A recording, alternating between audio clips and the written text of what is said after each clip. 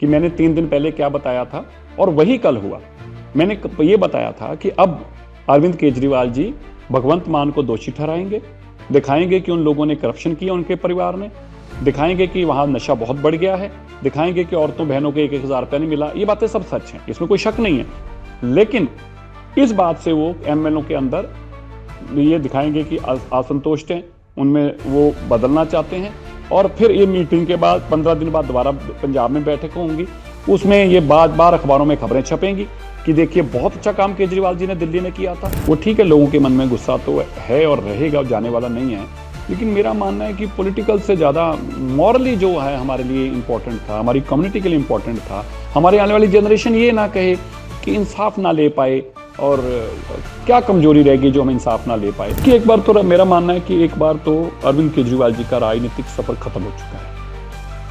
क्यों खत्म हो चुका है? ये कोई पार्टी ऐसी तो थी नहीं कि जो संघर्ष से निकली पार्टी हो, जिसका काडर हो, जिसमें लोगों की आस्था हो। ये तो एक आदमी के चेहरे पे लोग आए थे कि उसने कहा मैं बदलाव की आंधी लेके आने जा रहा हूं। तो लोगों ने कहा हम वो बदलाव देखना चाहते हैं जो आंधी के समान आएगा। फिर वो आंधी के समान क्या आया? उसमें से शीश महल निकल आया, 100 करोड़ का घर जिसमें 10 लाख की कमोड लगी है, टॉयलेट सीट लगी है। ठीक है, दिल्ली की राजनीति पर आते हैं। सिरसा साहब, आपका नाम भी बड़ी तेजी से मुख्यमंत्री पद के तौर पे चल रहा है कि सिरसा साहब भी एक बड़ी ऑब्वियस सी चॉइस हो सकते हैं, जिस समाज से आते हैं, पूरी दिल्ली का प्रतिनिधित्व करते हैं। आपने अरविंद केजरीवाल के लिए झंडा बुलंद रखा, तो क्या क्या कहेंगे इस बारे में? जी सब बातें बिल्कुल नकली हैं। कहीं नाम ना चल रहा है, ना तेजी से चल रहा है, ना स्लो चल रहा है, ना कोई स्पीड ब्रेकर है, ना कोई ऐसी बात है। और अगर आप मेरे निजी तौर पर बात करें, मैं दीपक जी ना इस लाइन में हूं, ना मैं इस लाइन की सोच रखता हूं। नमस्कार दोस्तों, मैं हूं दीपक चौरसिया और मेरे इस YouTube मंच पर आपका स्वागत है। हमने दिल्ली इलेक्शन के बारे में बताया था और दिल्ली में कुछ ऐसे चेहरे हैं जिन चेहरों ने भारतीय जनता पार्टी के लिए एक्स्ट्रा ऑर्डिनरी काम किया, ऐसा काम किया, ऐसा माहौल बनाया कि अरविंद केजरीवाल चारों तरफ से घिर गए।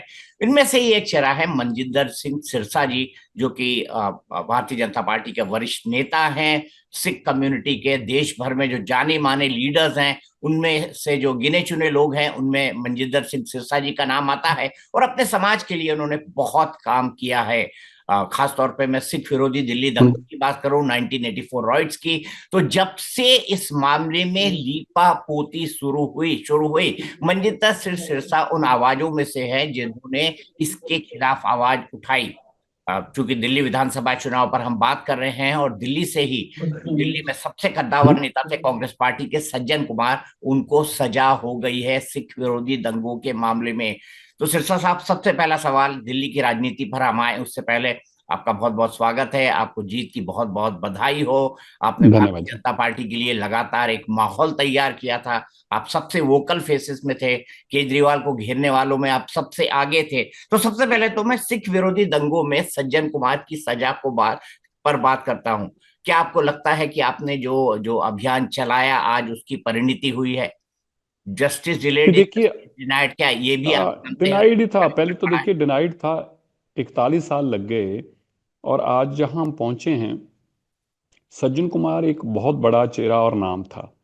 देखिए सबसे बड़ी बात, जिन लोगों ने कत्लेआम किया उन लोगों को इनाम दिया गया, उनको लोकसभा में बिठाया गया बजाय जेल भेजने के, और उनको मंत्री बनाया गया। चाहे कमलनाथ हो, चाहे सज्जन कुमार हो, चाहे जगदीश टाइटलर हो, ये सब वो लोग थे जिन लोगों को सजाए मिलने की बजाय इन लोगों को बड़े बड़े पद दिए गए।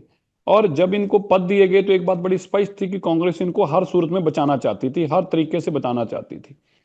तो दीपक जी मेरा मानना है कि 2014 में एक टर्न आया जब देश के प्रधानमंत्री नरेंद्र मोदी जी ने अनाउंस करके कहा कि मैं 1984 के सिख कत्लेआम वालों को जेल में डालूंगा और आपको इंसाफ दूंगा, और एसआईटी बनी। उस एसआईटी ने फिर काम करना शुरू किया। अब तक 80 से ज्यादा लोग जेलों में डाले गए हैं, 80 से ज्यादा लोग। ये सारे लोग खुलेआम घूम रहे थे, जिसमें सज्जन कुमार भी है, आने वाले दिनों में आप जगदीश टाइटलर भी देखेंगे और कमलनाथ भी देखेंगे। मेरा मानना है कि एक मॉरल विक्ट्री है हमारी। मैं ये नहीं कहूंगा कि जीते, मॉरल विक्ट्री है कि हम ये साबित करने में, स्टेब्लिश करने में कामयाब हुए हैं कि तुम अगर हमें इस तरह से करने की कोशिश करोगे और उसके बाद तुम सोचोगे तुम्हें कोई पूछेगा नहीं और तुम खुलेआम घूम सकते हो, तो तुम्हारी गलतफहमी है। हम लड़कर भी इंसाफ लेना जानते हैं। हमने लंबी लड़ाई लड़ी, दिल्ली से गुरुद्वारा मैनेजमेंट कमेटी ने बहुत लंबी लड़ाई लड़ी है। मैं मानता हूं कि आज एक मॉरली भी हमारी जीत हुई है, और कांग्रेस को यह स्पष्ट हो गया कि तुम कितना भी इनको बचाने की कोशिश कर ली, लेकिन तुम बचा नहीं पाए। आखिरकार सभी लोग ये जो थे ये जेलों में जाएंगे। क्या पॉलिटिकल इम्पैक्ट आप देख रहे हैं इस चीज का, खास तौर पे 2 साल बाद पंजाब में विधानसभा चुनाव आने हैं, दिल्ली में भारतीय जनता पार्टी को अभी अभी जीत मिली है, और एक बड़ा पंजाबी और सिख समुदाय है जो दिल्ली में इस मुद्दे को लेकर बहुत आहत था, या ये कहूँ मर्माहत था। हाँ ठीक है, लेकिन मैं इसको पॉलिटिकली, इसको मैं नहीं समझता कि कोई इसका हमारा पर्पस है। वो ठीक है, लोगों के मन में गुस्सा तो है और रहेगा, और जाने वाला नहीं है। लेकिन मेरा मानना है कि पॉलिटिकल से ज़्यादा मॉरली जो है हमारे लिए इम्पोर्टेंट था, हमारी कम्युनिटी के लिए इम्पोर्टेंट था। हमारे आने वाली जनरेशन ये ना कहे कि इंसाफ ना ले पाए, और क्या कमजोरी रहेगी जो हम इंसाफ ना ले पाए। और क्यों ज़्यादा टाइम हमें इसलिए भी दीपक जी इंसाफ ना तब मिल पाया, क्योंकि हमारी कम्युनिटी के लोग ही गुरुद्वारा कमेटी में जब काबिज रहे, परमजीत सिंह एंड सरना, ये कांग्रेसी लोग थे। इन लोगों ने हमारी कौम का बहुत नुकसान किया। इन लोगों ने कांग्रेस को बुला बुला के स्टेजों पे बिठाया। इन लोगों ने सज्जन कुमार को सरोपे दिए। इन लोगों ने कहा क्या हो गया तो इसको माफ कर दो, छोड़ो पुरानी बात है, इन बातों में क्या पड़ा है। इन लोगों ने हमारे 1984 की जो कत्लेआम के, जिन परिवारों को, उनकी बहनों बेटियों को जो पेंशन मिलती थी वो बंद कर दी ताकि वो लड़ाई ना लड़ पाए। हमारे अंदर के जो लोग थे, सरना भाइयों ने इसका कौम का बहुत नुकसान किया है। इसीलिए हम आज 41 साल पीछे चले गए। वरना ये इंसाफ तभी हो गया होता अगर गुरुद्वारा कमेटी ने तभी ये लड़ाई लड़ी होती तो। ठीक है, दिल्ली की राजनीति पर आते हैं। सिरसा साहब, आपका नाम भी बड़ी तेजी से मुख्यमंत्री पद के तौर पे चल रहा है कि सिरसा साहब भी एक बड़ी ऑब्वियस सी चॉइस हो सकते हैं, जिस समाज से आते हैं, पूरी दिल्ली का प्रतिनिधित्व करते हैं। आपने अरविंद केजरीवाल के लिए झंडा बुलंद रखा, तो क्या क्या कहेंगे इस बारे में? दीप जी, सब बातें बिल्कुल नकली हैं। कहीं नाम ना चल रहा है, ना तेजी से चल रहा है, ना स्लो चल रहा है, ना कोई स्पीड ब्रेकर है, ना कोई ऐसी बात है। देश में आप भी जानते हैं हमारी पार्टी के बारे में, एक संगठन की पार्टी है। पार्टी कब तय करेगी? एक दिन मीटिंग होगी, जिस दिन होगी उसी एक 5 मिनट में तय हो जाएगा। ना उससे पहले कुछ तय होना, ना उसके बाद में कुछ होना है। ना कोई लॉबिंग होती है इस पार्टी में, ना इस पार्टी के अंदर कोई किसी की बात रखता है, ना कोई करता है। पार्टी को सब जानकारी पहले से होती है।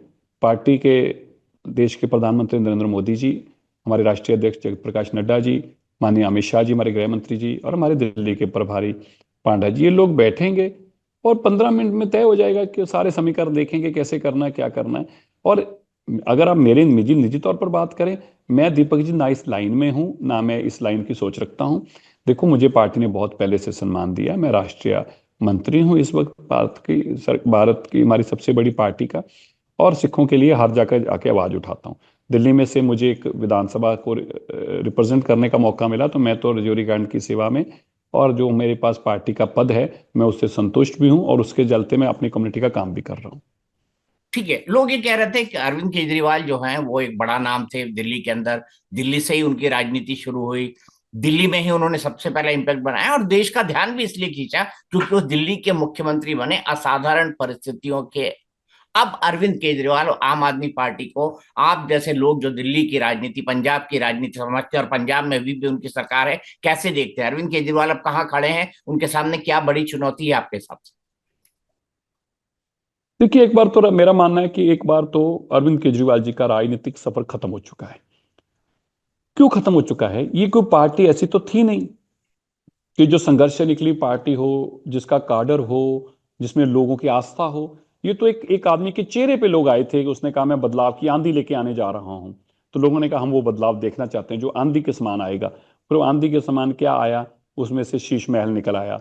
100 करोड़ का घर, जिसमें 10 लाख की कमोड लगी है, टॉयलेट सीट लगी है, जिसमें 8-8 लाख का एक एक पर्दा है, जिसमें 25-25 लाख रुपए का एक एक मखमल का कलीन है, जिसमें 80-80 लाख की जकूजी है, जिसमें गर्म पानी में बैठ के अरविंद केजरीवाल जी दिल्ली को लूटने के बाद आराम करते थे। तो ये बदलाव जो निकल के आया, और फिर प्राइवेट जहाजों में सवारी करना, फिर सुरक्षा दो दो स्टेटों की लेके घूमना, फिर बच्चों को कहा था कि किसी क्रिमिनल को टिकट नहीं देंगे, फिर देने ही क्रिमिनल को टिकट, फिर कहा था पूंजीपतियों को नहीं देंगे, सारी टिकटें राज्यसभा की बेच देनी। तो अब अरविंद केजरीवाल जी का ज्यादा समा या तो शराब घोटाले के और बस घोटाले के, स्कूल घोटाले के, पीडब्ल्यूडी घोटाले, इन घोटालों के में केस, कोर्ट कचहरियों में केस में निकलेगा, या ज्यादा समय जेल में निकलेगा। शराब घोटाले में उनको 100% सजा होगी, अरविंद केजरीवाल जी के साथ साथ सत्येंद्र जैन जी को भी होगी, और मनीष सिसोदिया जी को भी। तो मेरा मानना है कि इस पार्टी में अभी तो एक बार चेहरे के साथ ही पार्टी थी, चेहरे की लड़ाई थी, अरविंद केजरीवाल जी के चेहरे पे आई थी सब कुछ। चेहरा चले गया तो पार्टी भी चलेगी, ऐसा मेरा मानना है। दिल्ली में बहुत मुश्किल है दोबारा ये कभी 2-4 सीटें भी जीत पाएंगे। आप मेरी बात आज लिख लें, शायद आज लोगों को लग रहा होगा कि मैंने कुछ ऐसे ही बोला है। मेरे आंकलन भी राजनीति में कभी अभी तक गलत नहीं हुए। आप कभी भी मेरा कोई आंकलन देखेंगे तो मैं कोई ऐसी बात नहीं करता जब मैं लोगों को कहता था कि 40 सीटों पे तो हमारी लड़ाई ही नहीं है, हम 54 सीटों तक जा सकते हैं, जो अगली 14 सीटें उस पर लड़ाई है, उसमें से हम कितनी लेते हैं और केजरीवाल जी कितने लेती हैं यह तय होना है। और वही हुआ, हमने उनमें से 8 सीटें ली और केजरीवाल जी उनमें से 6 सीटें ले गए, वरना 54 सीटों पर ही हमारी बात थी और 40 हमारी क्लियर स्वीप थी। अब मैं आपको ये बता देता हूं, अरविंद केजरीवाल जी दोबारा एमएलए भी नहीं कभी बन पाएंगे। फिलहाल तो उनको अगले 5-7 साल उनके कोर्ट कचहरी के जो केस हैं उसमें सजा में निकलेंगे। उसके बाद उनका क्या फ्यूचर होगा, पार्टी उनकी बचेगी नहीं बचेगी ये कहना बहुत मुश्किल है। मुझे नहीं लगता कि कोई एक एमएलए भी जीत पाएगा। और एक एक सरकार अगर नहीं, अगर एक बार सत्ता से बाहर हुई, दूसरी बार सत्ता से बाहर होने के बाद इस पार्टी में कोई काउंसलर लड़ने को भी तैयार नहीं होगा, ये मेरा आकलन है। और पंजाब में तो बिल्कुल सफाया हो जाएगा इसी बार। पंजाब में इनका एक भी एमएलए इस बार नहीं जीत पाएगा। एकदम से धड़म से पार्टी नीचे आ चुकी है पंजाब में। बिना बिना नींव के ये पार्टी थी, हवा में ये पार्टी लटक रही थी, हवा की तारें टूट गई हैं, धर्म से नीचे आ गिरी है। लेकिन अभी भी 2 साल सरकार तो चलेगी। 93 एमएलए हैं हाँ उनके वो पास, चलेगी, 117 में से। नहीं बिल्कुल चलेगी, बिल्कुल 2 साल चलेगी। हो सकता है 2 साल में से 2-3 महीने कम ऊपर नीचे हो जाए, क्योंकि जब एंड आता है तो एमएलए को पता है कि हमारे पास कुछ नहीं बचा, तो वो भाग जाएंगे एकदम से। लेकिन वो सरकार नहीं गिरेगी, मतलब सरकार को बनेगी नहीं और किसी की भी। इन्हीं की सरकार के चलते चलते चुनाव होगा, लेकिन अगले चुनाव में इनके पास कैंडिडेट नहीं होंगे। अभी भी 93 एमएलए हैं और भारतीय जनता पार्टी के मात्र 2। अंतर कितना है? कांग्रेस के मात्र 18। और सपोर्ट बेस भी भारतीय नहीं जनता पार्टी का इतना बड़ा पंजाब के अंदर नहीं है, आप भी ये जानते हैं। नहीं, बिल्कुल ठीक कह रहा है, मैंने तो नहीं कह रहा इन बातों को। ये आप जो चुनौतियां कह रहे हैं हमारे सामने, मैं तो नहीं कह रहा ये चुनौतियां नहीं है। पर मैं आपको ये बता रहा हूं, आपने मेरे से आम आदमी पार्टी का भविष्य पूछा। पहले तो मैं आम आदमी पार्टी का भविष्य आपको बता रहा हूं कि उनका मामला खत्म हो चुका है। ठीक है। एक बड़ा सवाल, लोग बड़े चर्चा करते हैं इस बारे में कि भगवंत मान जो है उनको हटा के अरविंद केजरीवाल मुख्यमंत्री बन जाएंगे। आपकी जानकारी क्या कहती है? क्योंकि आप तो कई बार ऐसी भी खबरें निकाल लाते थे अरविंद केजरीवाल के कैंप से, जो बड़े बड़े लोग भी नहीं ला पाते थे। तो मैं, आपको लगता है कि अरविंद केजरीवाल ऐसा कुछ करेंगे? अरविंद केजरीवाल इतने राजनीतिक नौसिखिए हैं कि भगवंत मान को हटाने का वो मतलब नहीं समझ पाएंगे? नहीं देखिए, ऐसा है, ये बात मैंने ही परसों भी मैंने ही निकाल कर लाया था, और ये बात मुझे किसी और ने नहीं, उनके एक बहुत शीर्ष नेतृत्व में चुने हुए, मैं ये कह सकता हूँ, चुने कह लो या नॉमिनेटेड, जो भी बहुत बड़े नेता ने ये बात बताई कि अरविंद केजरीवाल की आगे मोडस ऑपरेंडी क्या है, वो क्या करना चाहता है। अरविंद केजरीवाल जी, और जो मैंने कहा था कल वही हुआ बिल्कुल। आप मेरी एक बार जरूर वीडियो बाइट उठा के इसमें चलाएंगे कि मैंने 3 दिन पहले क्या बताया था और वही कल हुआ।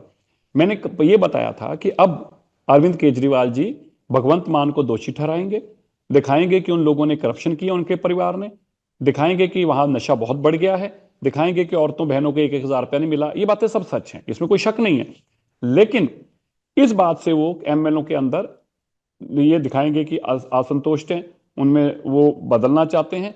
और फिर ये मीटिंग के बाद 15 दिन बाद दोबारा पंजाब में बैठक होंगी, उसमें ये बार बार अखबारों में खबरें छपेंगी कि देखिए बहुत अच्छा काम केजरीवाल जी ने दिल्ली में किया था, दिल्ली में जो 10 साल में काम किया वही बचा सकते हैं पंजाब को। और वही कल हूबहू वही हुआ। कल कल भगवंत मान जी से ये पीसी कराई गई कि अब हम दिल्ली वाला मॉडल लेके आना चाहते हैं।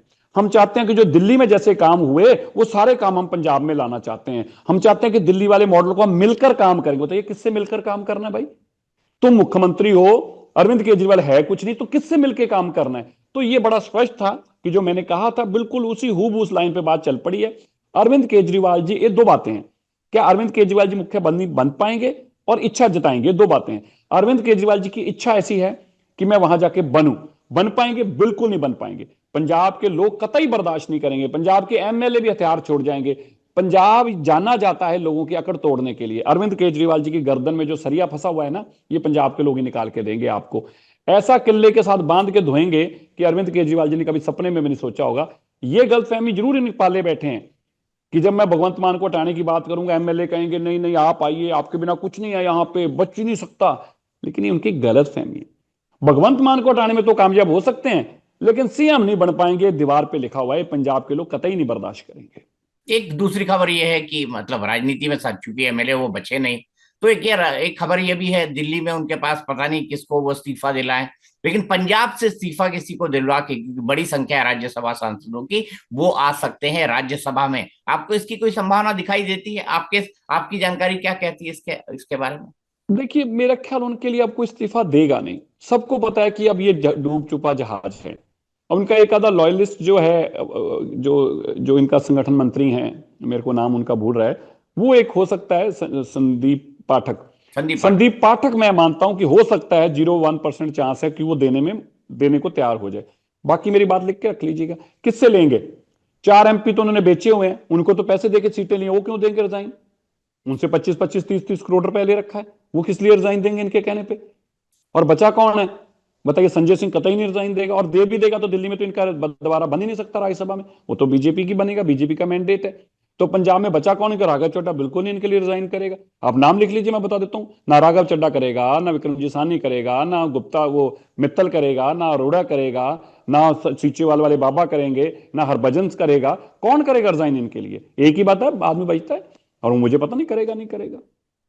ठीक है, दिल्ली के ऊपर आते हैं। दिल्ली में आपके पास बड़ा मैंडेट है और दिल्ली में चुनौतियां भी बड़ी है सिरसा साहब, इस बात को आप बहुत अच्छी तरह समझते हैं। चाहे प्रदूषण की समस्या हो, यमुना की समस्या हो, दिल्ली की सीवर की समस्या हो, दिल्ली दिल्ली जो है वो बार बार उजड़ा, बार बार बसा।